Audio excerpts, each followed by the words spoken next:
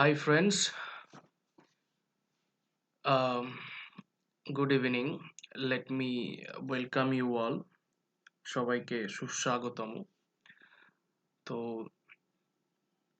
আমি আহ, সত্যি কথা বলতে I'm really happy because অনেকেই খুব ভালো রেসপন্স দিচ্ছ যেভাবে আমি লেসনগুলো তোমাদের জন্য তৈরি করছি এবং তার ক্ষেত্রে যে রেসপন্স পাচ্ছি সেটা খুবই ভালো।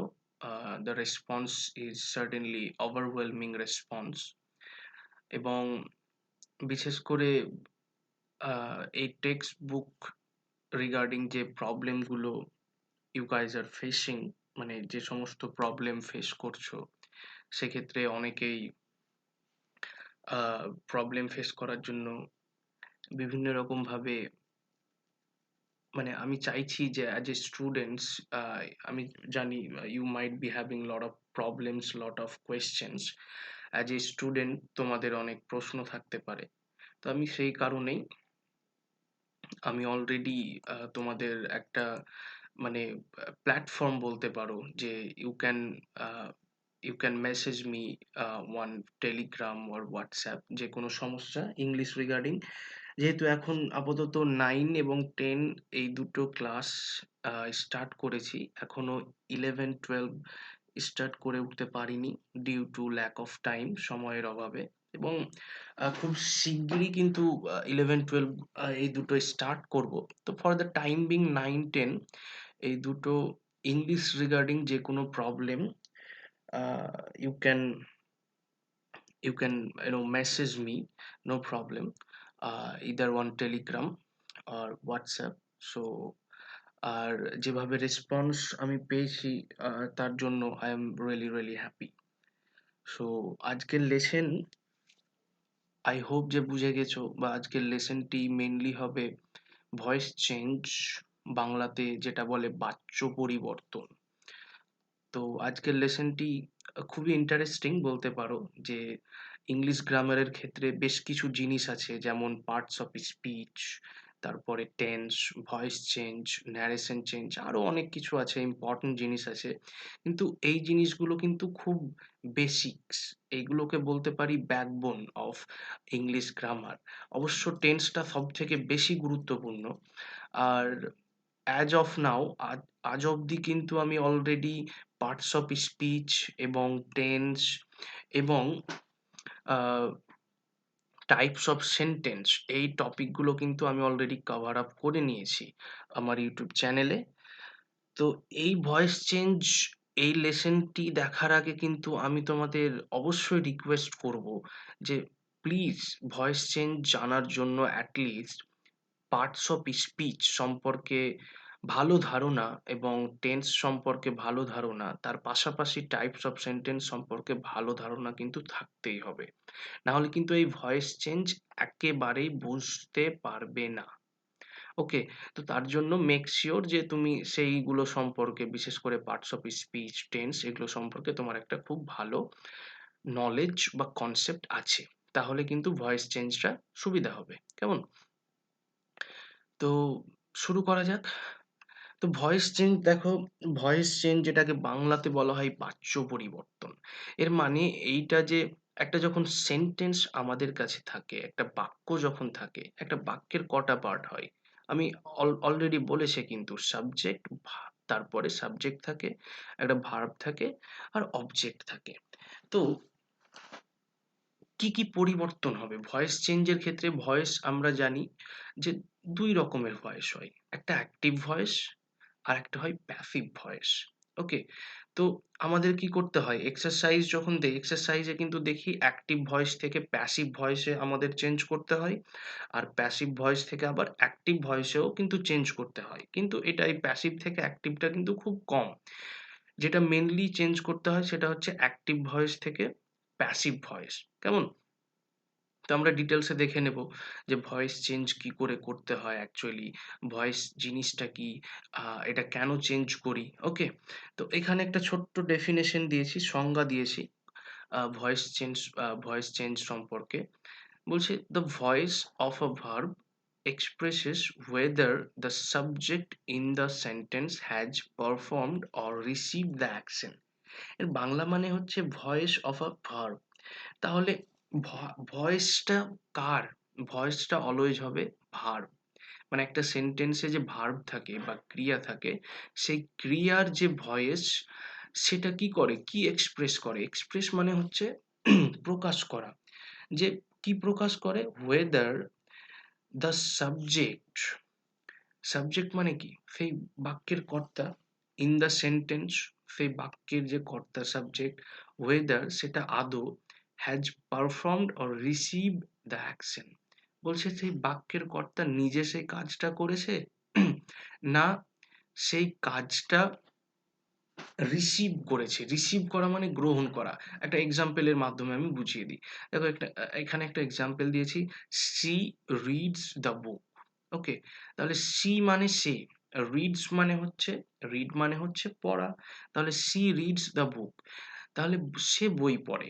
এখানে দেখো she, এটা হচ্ছে এই সেন্টেন্সের she টা হচ্ছে সাবজেক্ট। তাহলে she কিন্তু ডিরেক্টলি একটা কাজ করছে। কোন কাজটা? যে সে পড়ছে। কিন্তু তার পরের সেন্টেন্স, এটা হচ্ছে অ্যাক্টিভ ভয়েস।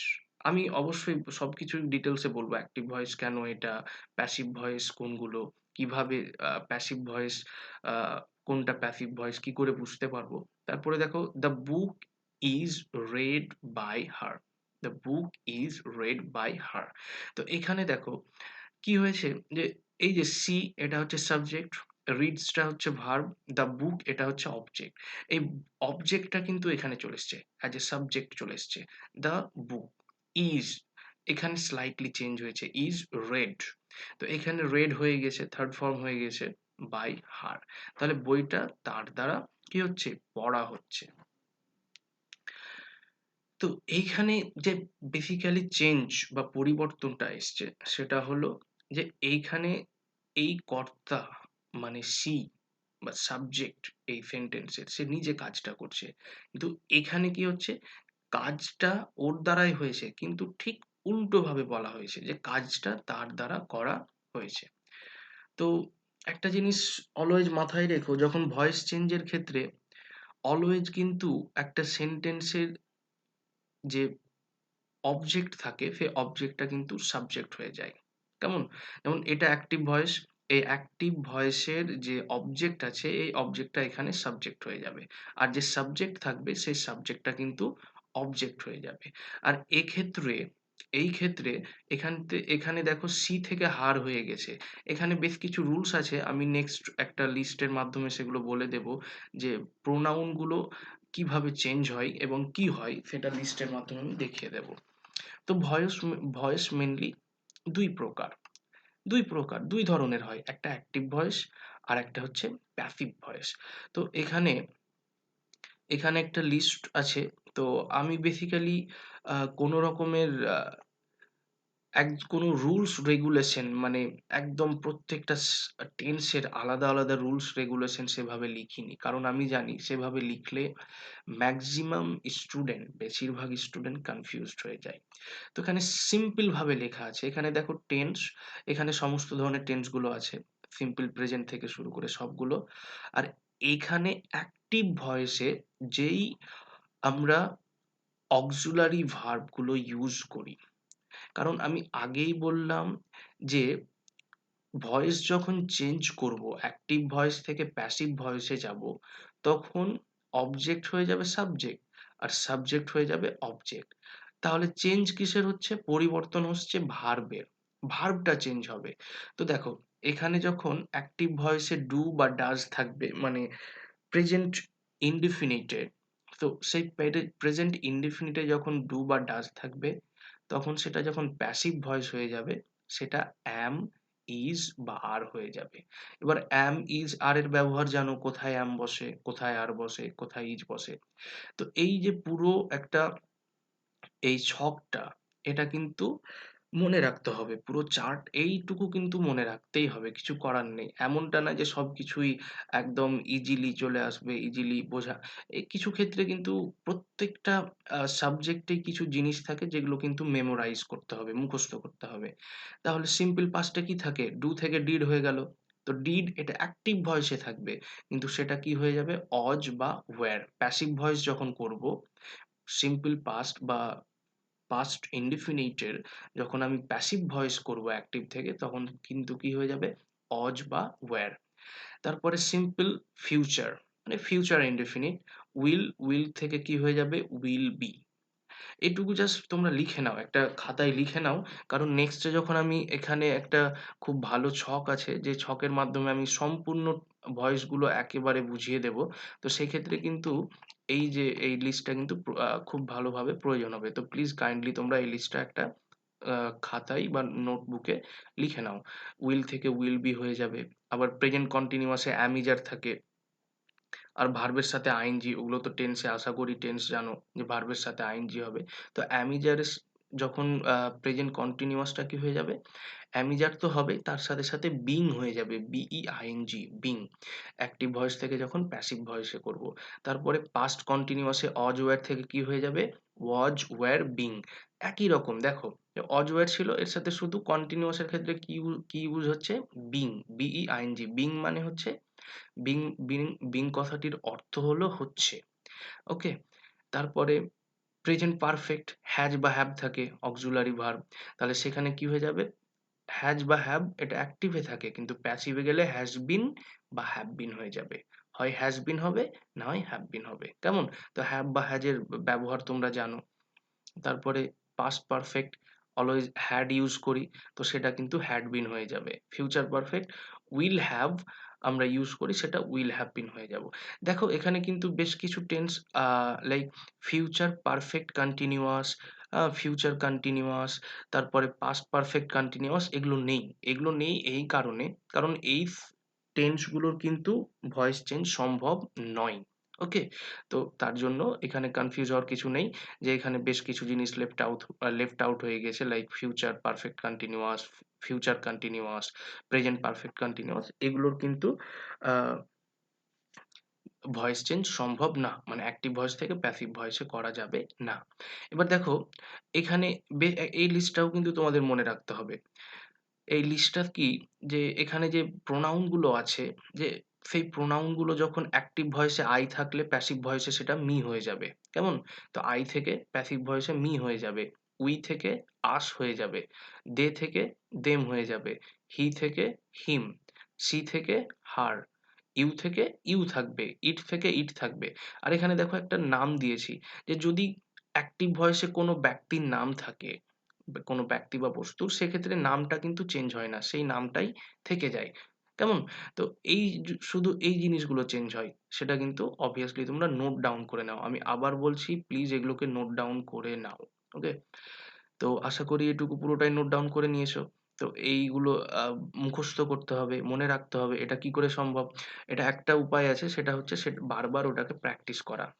প্রতিদিন ২ বার ৩ বার করে প্র্যাকটিস করতে, করতে ২, ৪, ৫ দিন, ১০ দিন, ১৫ দিন এভাবে প্র্যাকটিস যদি করো, তাহলে কিন্তু ইজিলি কিন্তু মনে থেকে যাবে।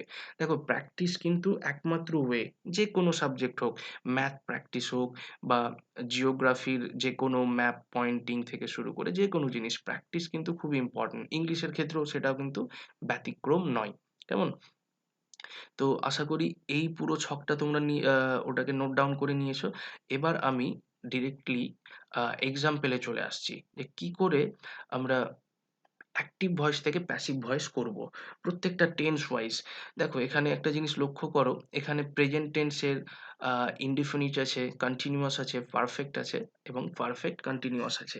সবগুলো টেন্সের প্রেজেন্ট আছে, পাস্ট আছে, ফিউচারও আছে। কেমন? তো প্রেজেন্টের ইনডেফিনিট। ইনডেফিনিটে দেখো, এখানে যে এক্সাম্পলটা আছে, হি রিডস আ বুক। ওকে। আরেকটা জিনিস তোমাদের বলি, যে ভয়েস চেঞ্জ কিন্তু আমরা এখন যেটা করছি এটা মেইনলি অ্যাসার্টিভ সেন্টেন্সের। এই যে চার্ট, এই চার্টটা হচ্ছে অ্যাসার্টিভ সেন্টেন্স। আমি আগেই বলেছি, এর আগের যেটা লেসনে আমি ৪ রকমের যে sentence, types of sentence, assertive, interrogative, imperative এবং এক্সক্লেমেটরি। তো সেগুলো নিয়ে কিন্তু আলোচনা করেছি। আর আগেই বললাম যে টাইপস অফ সেন্টেন্স সম্পর্কে যদি ধারণা না থাকে তাহলে কিন্তু এটা ডিফিকাল্ট হয়ে যাবে বোঝা। তো অ্যাসার্টিভ সেন্টেন্সের কিন্তু আমরা ভয়েস চেঞ্জ এখন শিখছি। আজকের লেসনটিতে, আজকের ভিডিওতে আমরা অ্যাসার্টিভ শিখব, তার পাশাপাশি আমরা ইন্টারোগেটিভটা শিখব, এখানে আছে। এবং যেটা ইম্পারেটিভ, আর ইম্পারেটিভটা আমরা নেক্সট আরেকটা ভিডিও তৈরি করব আমি। সেখানে কিন্তু ইম্পারেটিভ আরো কিছু ভয়েস চেঞ্জ হয়। যেমন যেগুলো মডেল অক্সিলারি ভার্ব, যেমন ক্যান, কুড, মে, মাইট। তো এগুলোর কি করে ভয়েস চেঞ্জ করা যায় এবং ইম্পারেটিভ সেন্টেন্সের ভয়েস চেঞ্জ কি করে করা যায়। আবার কিছু ব্যতিক্রম এক্সাম্পল আছে, এক্সেপশনাল এক্সাম্পল, ব্যতিক্রমী জিনিস, সেগুলো কিভাবে ভয়েস চেঞ্জ করা যায় সেগুলো নিয়ে একটা আলাদা সেপারেট ভিডিও হবে। ওকে? তো আজকে আমরা এখানে এটুকু বুঝে নিই। অ্যাসার্টিভ সেন্টেন্সের কি করে ভয়েস চেঞ্জ হয়, মানে অ্যাক্টিভ থেকে কি করে প্যাসিভ হয়। তো আমরা টেন্স ওয়াইজ পড়বো, প্রথমে প্রেজেন্ট, তারপরে পাস্ট, তারপরে ফিউচার। কেমন? তো এক্ষেত্রে কিন্তু এই এই চারটা কিন্তু খুব গুরুত্বপূর্ণ, এটা কিন্তু মনে রাখতে হবে। কেমন? তো এটা তোমরা আশা করি লিখে নিয়েছো, এই পুরো চার্ট। এবার এখানে এটা কাজে লাগবে।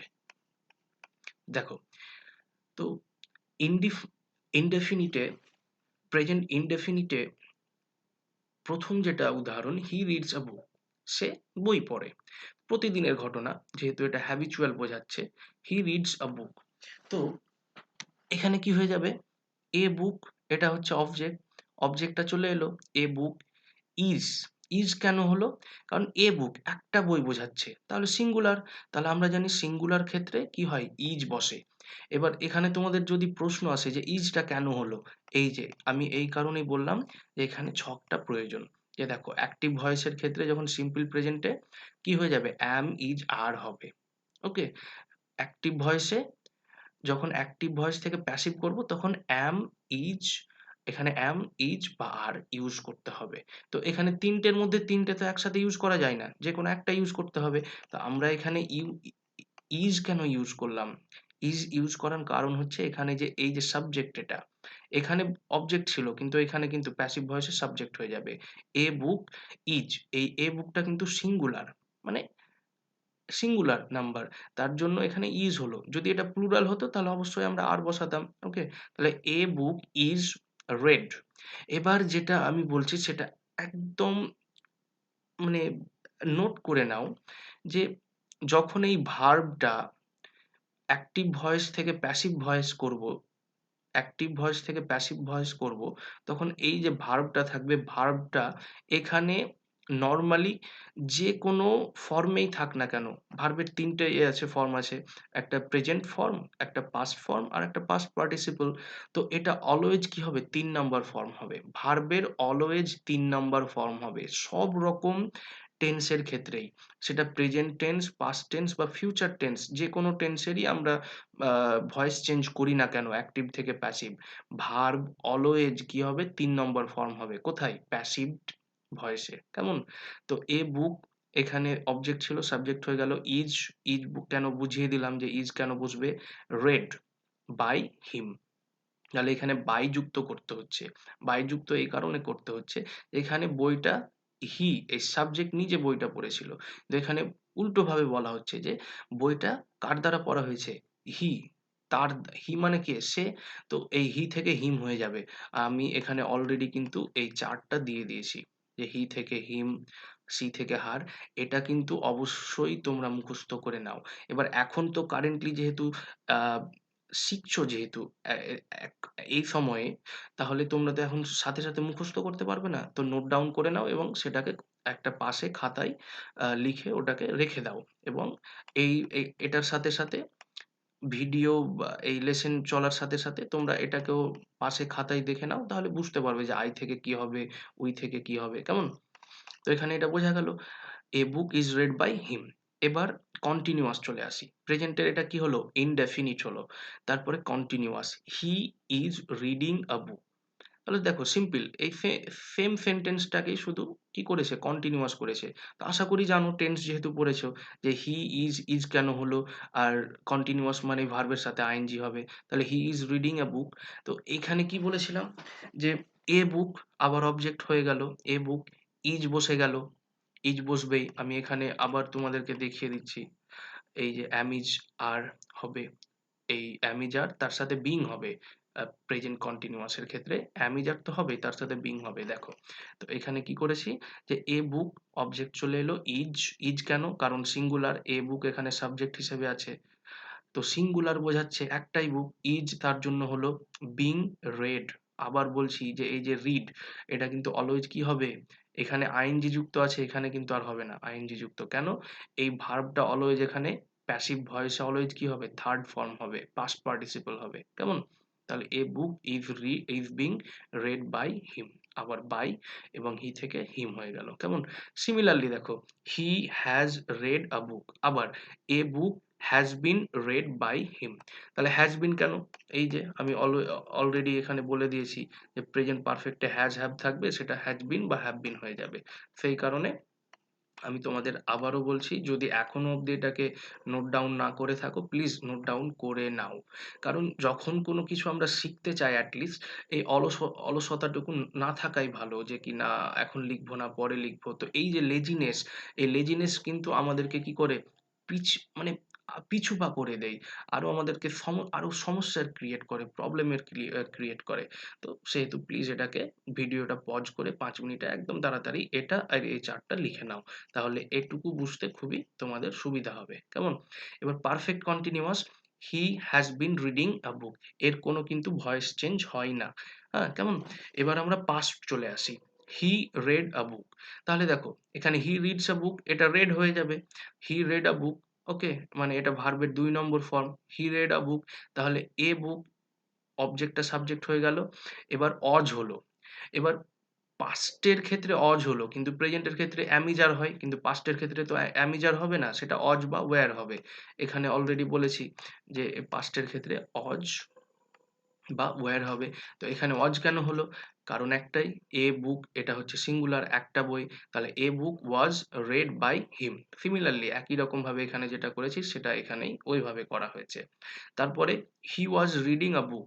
একই রকম ভাবে প্রেজেন্ট কন্টিনিউয়াস এর ক্ষেত্রে যেটা করেছিলাম এখানে হবে এ বুক অবজেক্ট সাবজেক্ট হয়ে গেল, ওয়াজ কারণ এটা সিঙ্গুলার, বিং যুক্ত করতে হবে যেহেতু এটা continuous. A book was being read by him. আবার হি থেকে হিম হয়ে গেল। ওকে, তারপরে perfect, he had read a book. তাহলে এ বুক অবজেক্ট হয়ে গেল, অবজেক্ট থেকে এখানে সাবজেক্ট চলে এলো। A book had been read by him. দেখো এখানে যে চেঞ্জ গুলো করছি, এটা অ্যাক্টিভে আছে, এটা আবার এটা প্যাসিভে আছে। তার কিন্তু রুলস কিন্তু এইগুলো, এই যে দিয়ে দিয়েছি, যে পাস্ট পারফেক্টে হ্যাড থাকলে সেটা হ্যাড বিন হয়ে যাবে। দেখো আমি সেটাই করেছি, যে এখানে হি হ্যাড রেড আ বুক, আর এখানে কিন্তু হ্যাড বিন হয়ে গেল। আর ভয়েস চেঞ্জের ক্ষেত্রে তো একটা রুলস বলেছি, যে এখানকার অবজেক্টটা প্যাসিভ ভয়েসে সাবজেক্ট হয়ে যাবে এবং সাবজেক্টটা কি হয়ে যাবে, অবজেক্ট হয়ে যাবে। তো সেক্ষেত্রে এখানকার যে সাবজেক্ট থাকবে, সাবজেক্টের ক্ষেত্রে কিছু চেঞ্জ আসে যদি প্রোনাউন হয়, এই যে যে দে থেকে দেম হয়ে যাবে, হি থেকে হিম হয়ে যাবে, সেটা একটু মুখস্থ করে নাও। আর এই যে verb, present sorry I mean active ভয়েসে যে ভার্ব থাকে, সেই ভার্বটা কিন্তু প্যাসিভে অবশ্যই একদম মাস্ট, চোখ বুজে একদম মাথা এটা মনে রাখো, যে কি হয়ে যাবে, থার্ড ফর্ম, ভার্বের যে ৩ নম্বর ফর্ম বা পাস্ট পার্টিসিপল ফর্ম সেটা হয়ে যাবে। কেমন? আবার পাস্ট পারফেক্ট কন্টিনিউয়াস এর কিন্তু ইয়ে হয় না, আ ভয়েস চেঞ্জ হয় না। এবার আমরা ফিউচারে চলে আসি। He will read a book. একই রকম ভাবে এ বুক অবজেক্টটা সাবজেক্ট হয়ে গেল, will be read by him. Same একই রুলস ফলো করছি। তারপরে he will be reading a book, এটারও কিন্তু কোনো রকম ভয়েস চেঞ্জ হবে না। He will have read a book. তাহলে এটা কি ফিউচার পারফেক্ট। তো ফিউচার পারফেক্টের কি, he will have read a book. তাহলে a book will have been read by him. দেখো একই রকম রুলস ফলো করেছি, যে এ বুক এখানে সাবজেক্টটা, এখানে অবজেক্ট আছে, এখানে সাবজেক্ট হয়ে গেল, will have been, will have been read by him.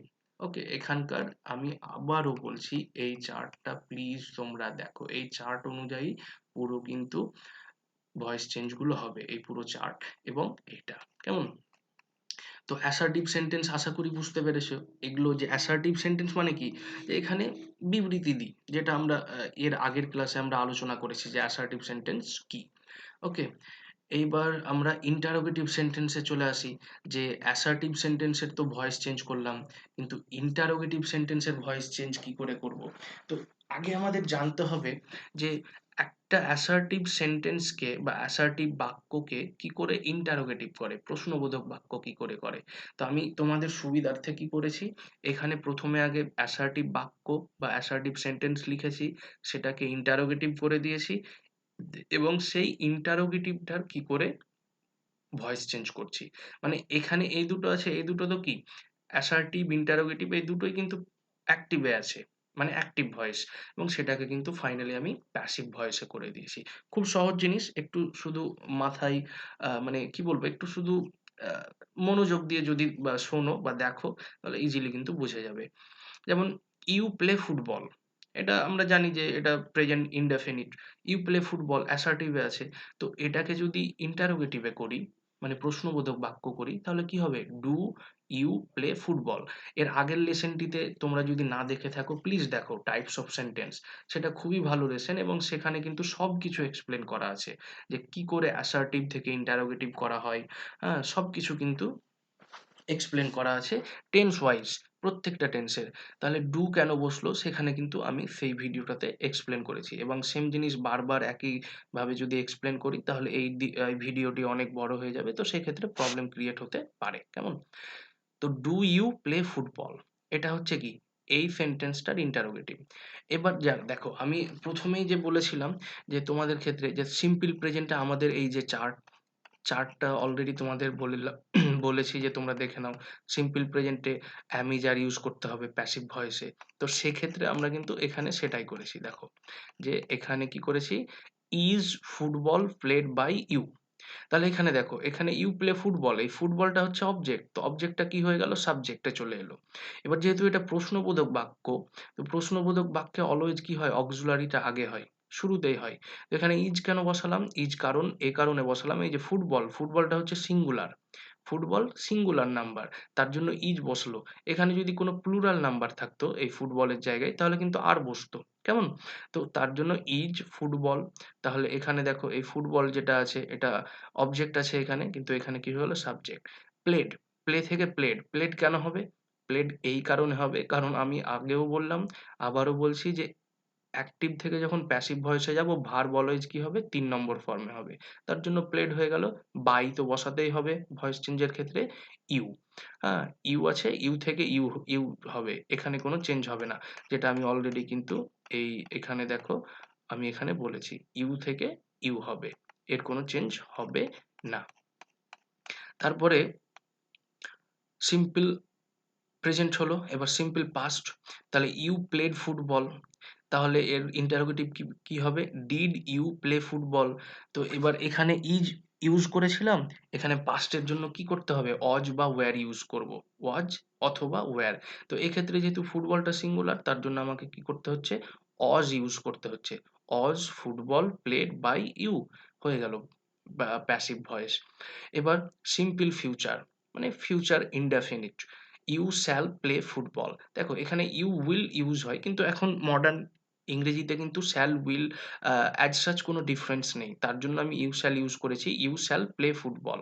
ওকে, এটাকে যদি ইন্টারোগেটিভ করো, shall you play football, shall you play football, তাহলে এখানে কি হবে দেখো, শ্যাল প্রথমে চলে এলো, অক্সিলারিটা প্রথমেই থাকবে, অক্সিলারি থাকবে এখানে, যেমন আমি যারের জায়গায় আমার ইজ ব্যবহার করেছি, তো এখানে ফিউচারের ক্ষেত্রে শ্যাল ইউজ করতে হবে।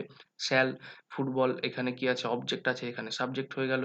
Shall football be played by you, এখানে বি কেন ইউজ হলো, সেটাও কিন্তু অলরেডি তোমরা যদি সেই চার্ট, এই যে চার্ট যদি ঠিকঠাকভাবে লিখেছো, তাহলে দেখে নিতে পারবে কিন্তু, যে কেন বি বসছে। এই যে সিম্পল ফিউচার থেকে কি হয়ে যাচ্ছে, উইল বি, মানে এখানে শ্যাল বা উইল যাই থাক না কেন, তার সাথে কিন্তু বি ভার্ব যুক্ত হবে। এই রুলসটা কিন্তু আমি অলরেডি আগেই লিখিয়ে দিয়েছি, তো এই রুলসটা অ্যাটলিস্ট একটু মনে রাখতে হবে।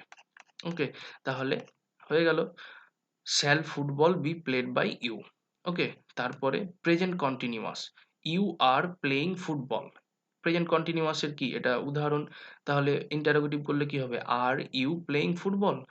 Are you playing football? তো এবার এখানে ফুটবলটা কি? অবজেক্ট, এখানে সাবজেক্ট হয়ে যাচ্ছে। তার জন্য এখানে ইজ বসে যাচ্ছে। এবার তোমাদের মাথায় একটা কোয়েশ্চেন আসতে পারে যে এখানে তো আর ছিল সেন্টেন্সের শুরুতে, তাহলে এখানে ইজ কেন হলো? এখানে ইজ এ কারণে হলো, তা এই যে এই অবজেক্টটা এখানে সাবজেক্ট হয়ে যাচ্ছে। তো সাবজেক্ট অনুযায়ী এখানে কিন্তু অক্সিলারি হবে। তো ফুটবল যেহেতু সিঙ্গুলার নাম্বার, এই কারণে এখানে ইজ হচ্ছে। তাহলে ইজ ফুটবল বিং। বিং কেন? যেহেতু এটা কন্টিনিউয়াস, তার জন্য বিং বসাতে হবে। তোমাদের আগেই বললাম, শুরুতেই যে চার্ট দিয়েছি সেখানে আছে। তাহলে ইজ ফুটবল বিং প্লেড। এই দেখো, ভার্ব অলওয়েজ কিন্তু থার্ড ফর্মে হবে। ভার্ব চোখ বুজে এটা মাথায় রাখো, একদম মনে রাখো, ভার্ব থার্ড ফর্মে হবে। Is football being played by you. By তো হবেই, আর ইউ থেকে গেল। কেমন? তারপরে দেখো, past continuous, you were playing football. Interrogative কি হবে? Were you playing football. তো এখানে was football being played by you, একদম একই রকম। এখানে ইজের জায়গায় অজ হয়ে গেছে, কারণ এটা প্রেজেন্ট কন্টিনিউয়াস ছিল, এটা পাস্ট কন্টিনিউয়াস হয়ে গেছে। কেমন? তারপরে present perfect, you have played football. Have you played football, এটা হচ্ছে ইন্টারোগেটিভ। তাহলে এখানে সেম ভাবে ইউজ হবে। তাহলে প্রথমে অক্সিলারি ইউজ করব। তাহলে ফুটবল সিঙ্গুলার, তার জন্য হ্যাভ বা হ্যাজ ইউজ করতে হবে। তো আমরা কি সিঙ্গুলার হলে হ্যাজ ইউজ করতে হয় জানি। তাহলে has football been played by you. আর এটাও কিন্তু সেই একই রুলস।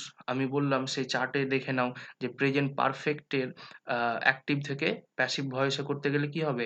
হ্যাভ বা হ্যাজ থাকলে সেটা হ্যাভ বিন বা হ্যাজ বিন হয়ে যাবে। তার জন্য এখানে has football been played by you করে দিয়েছি। কেমন?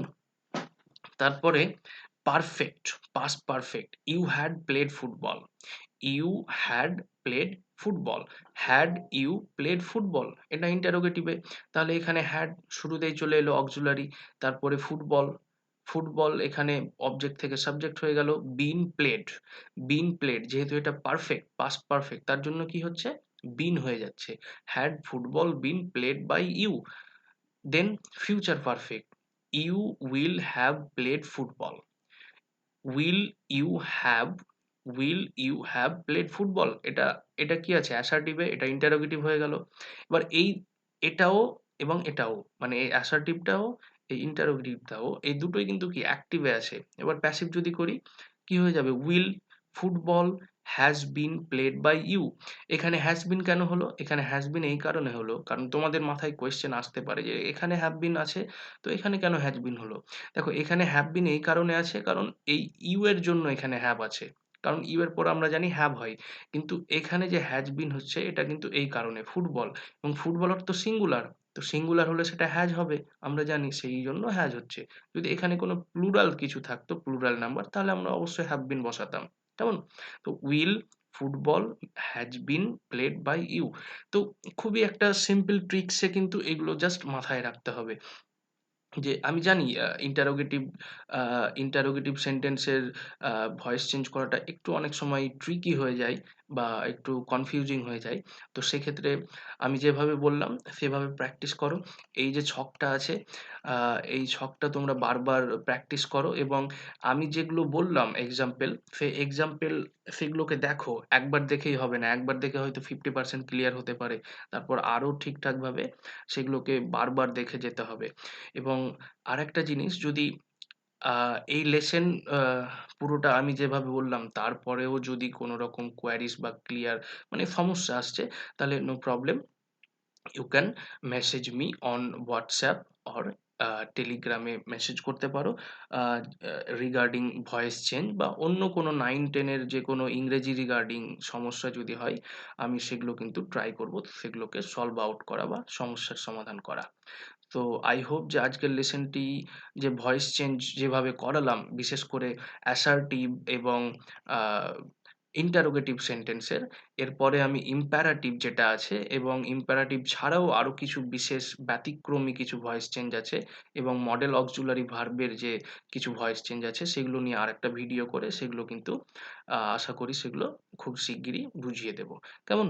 তো আবারও বলছি, এই চার্টগুলো তোমরা লিখে নাও প্লিজ। আই হোপ লিখে নিয়েছো, কিন্তু যদিও না লিখে থাকো প্লিজ লিখে নাও। এবং এই যেভাবে পড়ালাম, এই ভিডিও প্রয়োজন পড়লে এই লেসনটাকে একবারের জায়গায় ২ বার ৩ বার দেখো এবং আস্তে আস্তে ক্লিয়ার করার চেষ্টা করো। খুব সহজ জিনিস, একটু জাস্ট বুঝে নাও যে কোথায় কি চেঞ্জ হচ্ছে। এই চার্টটা খুবই ইম্পর্টেন্ট, এই চার্টটা যে বাস জাস্ট মুখস্থ রাখো। So that's it for today. আর অবশ্যই if you have got if you have got any problem, তাহলে you can contact me. Okay, thank you. See you in the next video.